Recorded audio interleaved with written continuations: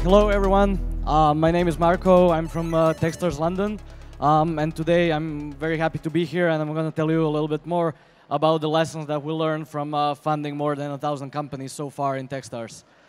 So as I said, I'm the program manager in London. I originally came from Zagreb. I worked, well, okay. So I work for Netokracija. I work for basically the tech crunch of Southeastern Europe. I started one of the incubators in Zagreb, started my company, Time Prep, and then eventually got to London as an associate and then stayed on as a program manager. So what is Techstars? Just a little bit of background. So we're a worldwide network that helps entrepreneurs succeed. We currently have 28 locations around the world.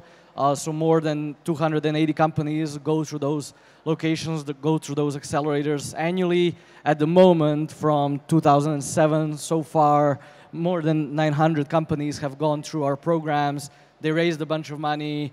90% are still active or have been acquired. So it's quite a good track record so far. What will I kind of talk about today? So all the companies, all the startups that we know, all the companies that are going on this entrepreneurial journey kind of start from the inspiration stage. Then they kind of figure out their product market fit. They get potential funding because they need to, and then they go on to potentially scale up and to the growth part. And we've seen a lot of companies. We've seen those 1,000 companies that have gone through, and these will be some kind of lessons that we saw from them going through and going on that journey. So let me tell you before kind of I jump into those lessons, starting a business today has never been easier. The barriers to actually getting into the market, opening a company, setting it all up, are very, very small in comparison to 2000s, in comparison to 90s and 80s. So all you basically need at the moment is have some kind of an infrastructure. So AWS, Microsoft, Google, whoever, put your web app, mobile app, whatever you're doing kind of on there. It's pretty cheap in comparison to before, because before you needed this whole server room, you needed like the whole infrastructure in the back end. Nowadays also you don't need so communication is way, way easier. Databases and the file management everything is in the cloud. It just makes it so easier, and it's pretty much cheap for the basic needs that you have. Also, when you come to actual coding, because of GitHub and because of the open source platforms that weren't there before, you can easily share, you can easily ask, you can easily collaborate, which gives you a really good opportunity to basically advance and be fast. Which before, if you wanted to share, if you wanted to ask someone something, you would write a letter, you would drive, you would sit down next to the person, whereas nowadays you have this enormous repositories of code and of data and of answers that can help you almost instantly. So nowadays you only have kind of a hipster, a hustler, and a hacker. So you don't need many people because of the whole infrastructure, because of the whole knowledge that is out there, which means that more or less you don't need a lot of money to actually start, which in the whole scheme of things makes things quite easy and quite cheap to start. Even though the stats, or even though the status and the situation so far is that it's quite easy to start, only 1 in 10 companies actually succeed. So 9 out of 10 companies overall fail somewhere in that journey that I described. And Techstars Techstars helps you kind of stack that odds in your favor. So let me tell you kind of what are the lessons that we learned. Usually founders that go through our programs, they have a company, the startup that they run is doing something that founders find very meaningful. So due to the fact that they go and open a company and tend to run their business for 3, 5, 7 years, in order to keep themselves motivated and in order to keep themselves going, the thing that they're doing needs to be something meaningful to them. We found a lot of companies that basically go through Techstars. They are founded by serial entrepreneurs. Even though we kind of fund both first-time entrepreneurs and serial entrepreneurs. Companies that are founded by serial entrepreneurs usually tend to be more successful. However, there are always exceptions, but that's kind of what we found. The markets, so basically all the companies that come into Techstars need to be focused on a big market. As all kind of, because everyone will raise money, everyone will need money eventually, the market needs to be huge, or the market that you kind of are focused on needs to be a niche market that you will then be able to dominate quite quickly and quite rapidly. So that's kind of from the market perspective that companies are kind of focusing on. During the program and just in general, companies tend to be and need to be quite flexible. They need to be able to reiterate. They need to be able to basically go back to the market, ask questions, talk to users, go back to the office, build and rebuild, and basically add features and remove features that people don't want to use and don't want to pay for. So usually, what we saw, companies that are more agile, that are more flexible, tend to be better at this, tend to be better at eventually then raising money and succeeding. Always be closing. I guess everyone pretty much knows the scene. Everyone pretty much knows what it means. It means don't be afraid to kind of share your idea. Don't be afraid to share your product, and don't be afraid to talk about it. There's never a wrong time and a wrong place to basically talk about what you're doing and what your product is, because on the other side there's a lot of people say it's luck, people say it's serendipity.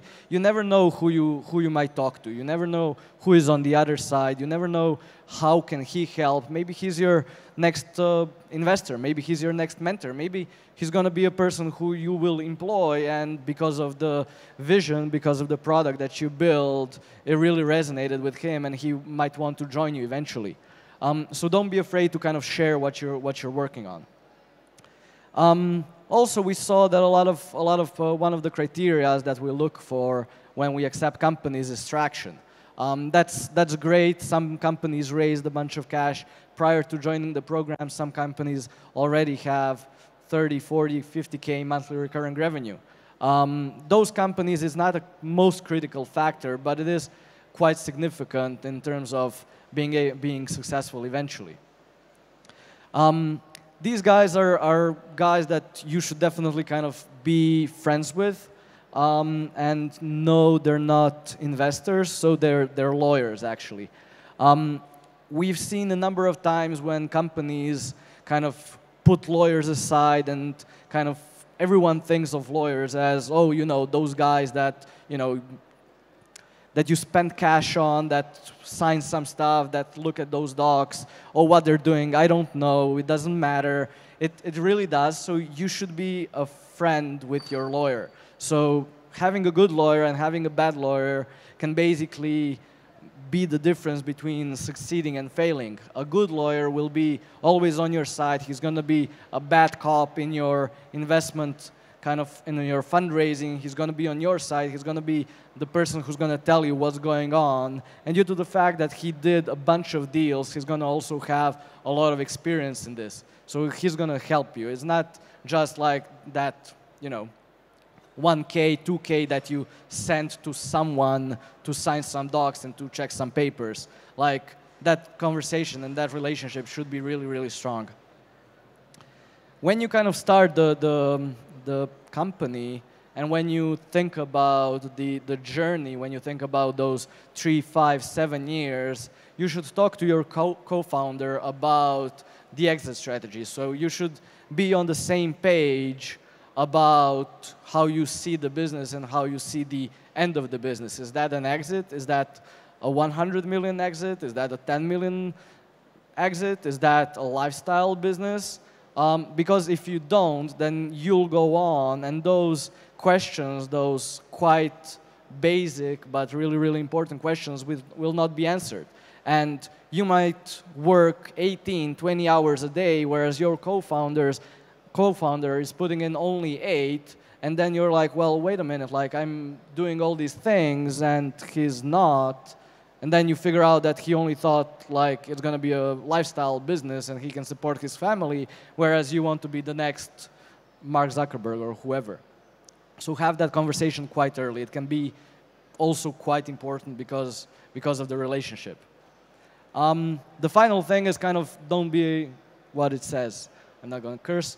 I know the tech community can be quite helpful to one another. I know we in London are quite, so the community is quite close. And when you reach out to pretty much everyone, they would come back to you and they would help you either with an introduction, either with whatever you kind of need help with. You don't want to be a guy who doesn't help the other people. You don't want to be a guy who doesn't reply to an email or whatever. So kind of help one another because the community is quite tight and like the word spreads quite fast, and you just don't want to be that guy.